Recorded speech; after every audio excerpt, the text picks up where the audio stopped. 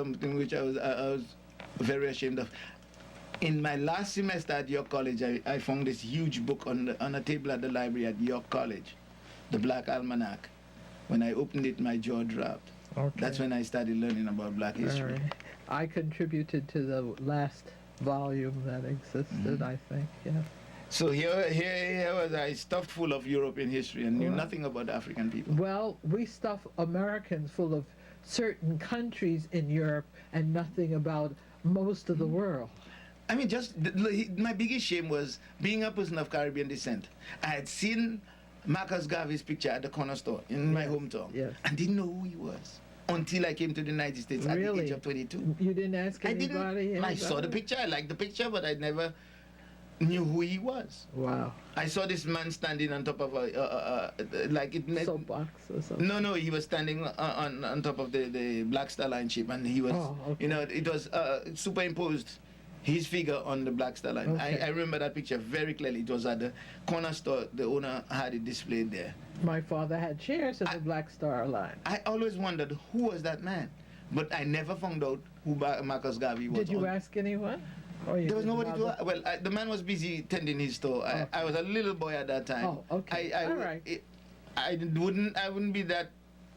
I was inquisitive, but I wasn't brave enough to ask who is that man. Okay. Okay. And not until I came to the United States, I was in my last semester of my bachelor's degree that I found out who Marcus Garvey was. Whoa. A national hero in the Caribbean.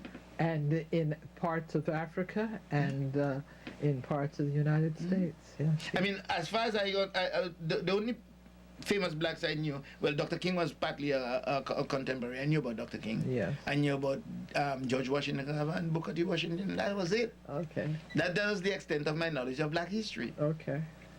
To my shame. All right. Well, you and hundreds of thousands of others. But I knew the British succession from 1066 in chronological order, from 1066 required to present. For your degrees in school. I had to know all of that. I had to know about the civil war in Britain between the Irish. No, between Charles I and Cromwell. Okay. All of these things I knew. I knew all the details of those things, and I knew nothing about African history. Nothing. Not unusual. Shame. Still going on, probably. This is my largest painting. It measures 9 feet 2 inches by 16 feet. Okay. 1. All right.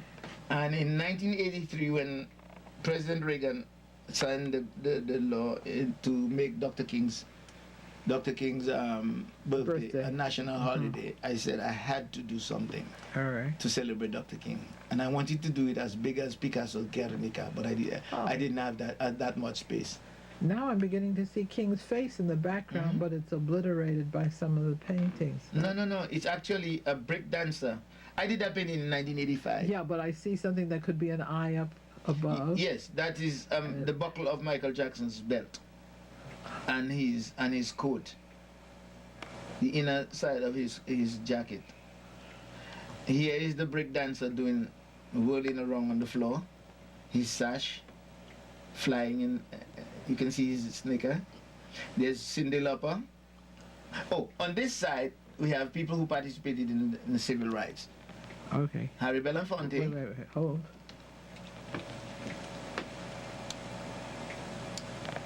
Okay. People who worked with Dr. King. These 5 people worked with Dr. King during the civil rights era. Harry Belafonte, Andrew Young, Ralph Abernathy, Mrs. King, and Tony Bennett. Okay. Tony Bennett was very active in the civil rights movement. Okay.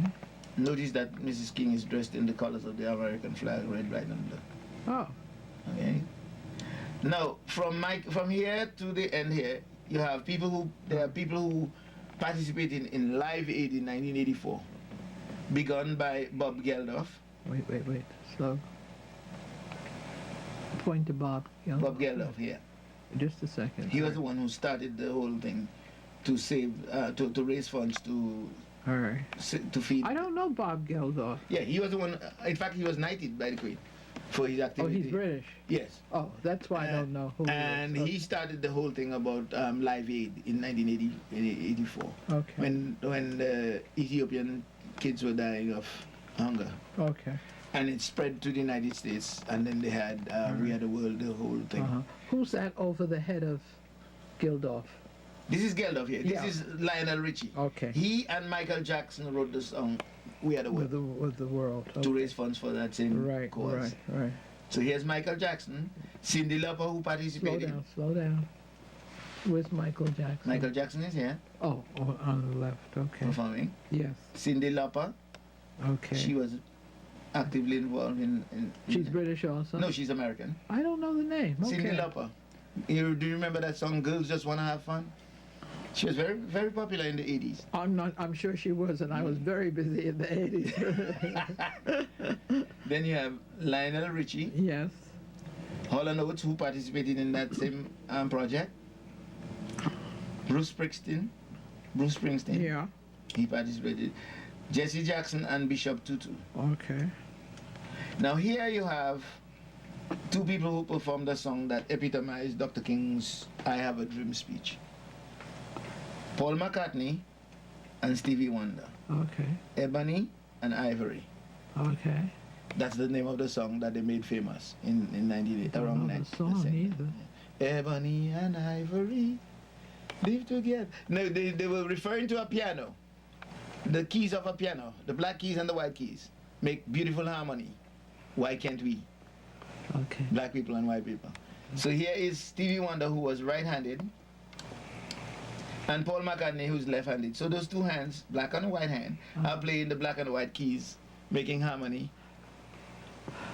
You are, besides being an artist, besides being able to put things into perspective, you know a lot of history and a lot of information, and you brought all this together, all of it together in a picture 9 feet by 16 feet. by 16 feet. This needs to be hung somewhere.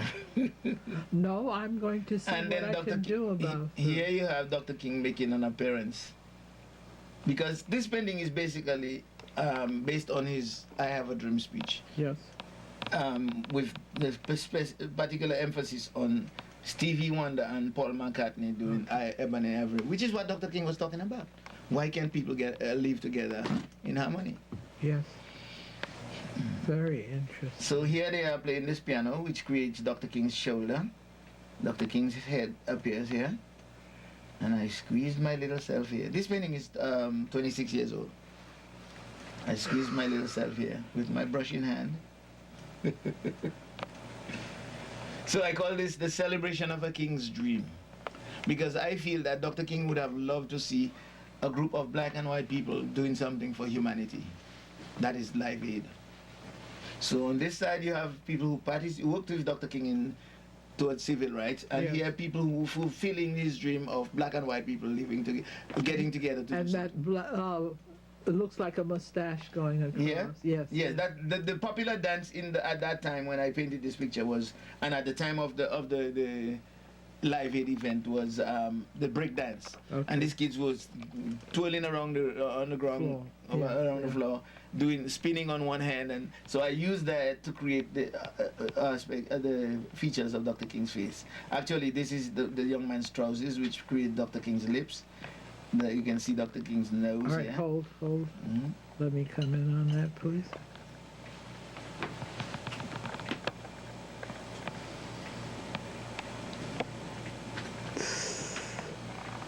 Okay, incredible.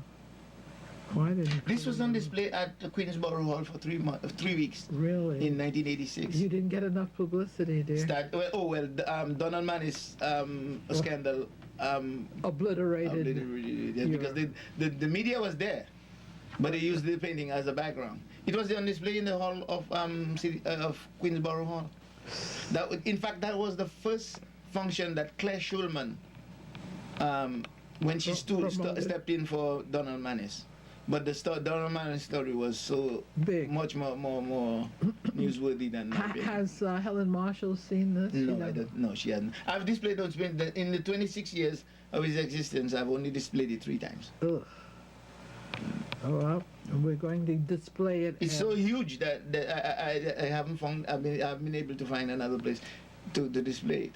I know some And I do not want to places. take it off the stretcher because Yeah. I risk damaging it. So it has to be carried to the place. I had to rent a tractor. Luckily, friend had a tractor trailer. That's how we got it there. And when we got it to the building, we couldn't get it through the door. Okay. I have an artist friend who has his own truck. Mhm. Well, you have to meet him. In fact, I had actually created after that event. I had actually created a rack on top of my van To carry. to carry it. Yeah. Yes, I had it on display on Fulton Street once Wow. at the By the boys' Fulton- high school. yes, Fulton Art Fair. Okay. Right in the street, I had it on display on the side of it. And another time, I had it. And it at a- wasn't damaged. No, no, or- no, I carried it No, down. I'm just saying. And it was well received. Yeah. Oh, and, yes. And taken care of. No. But I have to be very careful with it now. Of course. I would like to find a home for it, but I want a home of my own. All right. Okay. All right. We'll see what we can do. Okay. This is a piece of sculpture that I did to show the same thing. Here you see Liberty running with the flag, which represents freedom, Okay. but she's being chased by a ghost. And the ghost is visible if you look. A ghost that is spitting fire of hatred. Jim Crow. You have to look in the negative space here to find the image of Jim Crow. He's looking at you like he's looking this way, but it's a profile. If you look here, you see the nose here, his lips here, and he's spitting flames of hatred, and his chin. So it's the negative space here that is the ghost of Jim Crow. And wherever Jim Crow existed, freedom never existed. Okay. So you see freedom running away from wherever Jim Crow existed. Now, there's a face that's created here, right here. And it represents the face of Rosa Parks, who finally defeated. Okay. She began Now you the can process see the of face. defeating All Jim right. Crow. All right. So although you see Jim Crow chasing freedom away from the South, here is the face of Rosa Parks. We're in the veil of freedom. Well, I didn't put the stars because wherever Jim Crow was, All right. the flag didn't deserve stars. So it's bereft of stars because of the myth of freedom. All right. Okay? All right. On the one hand, we're boasting about freedom, and yet Jim Crow and Repression and Jim Crow oppression and of all freedom types. are mutually exclusive. Okay. All right. So I don't know if you have seen the image of Jim Crow. You can see the profile here. And this is his mouth where he's spitting flames of hatred and chasing freedom away. It's a very interesting piece of work. What is the material? It's wood and metal. Okay. Here it is on a pedestal. Mm-hmm. I have it displayed in my kitchen. Okay.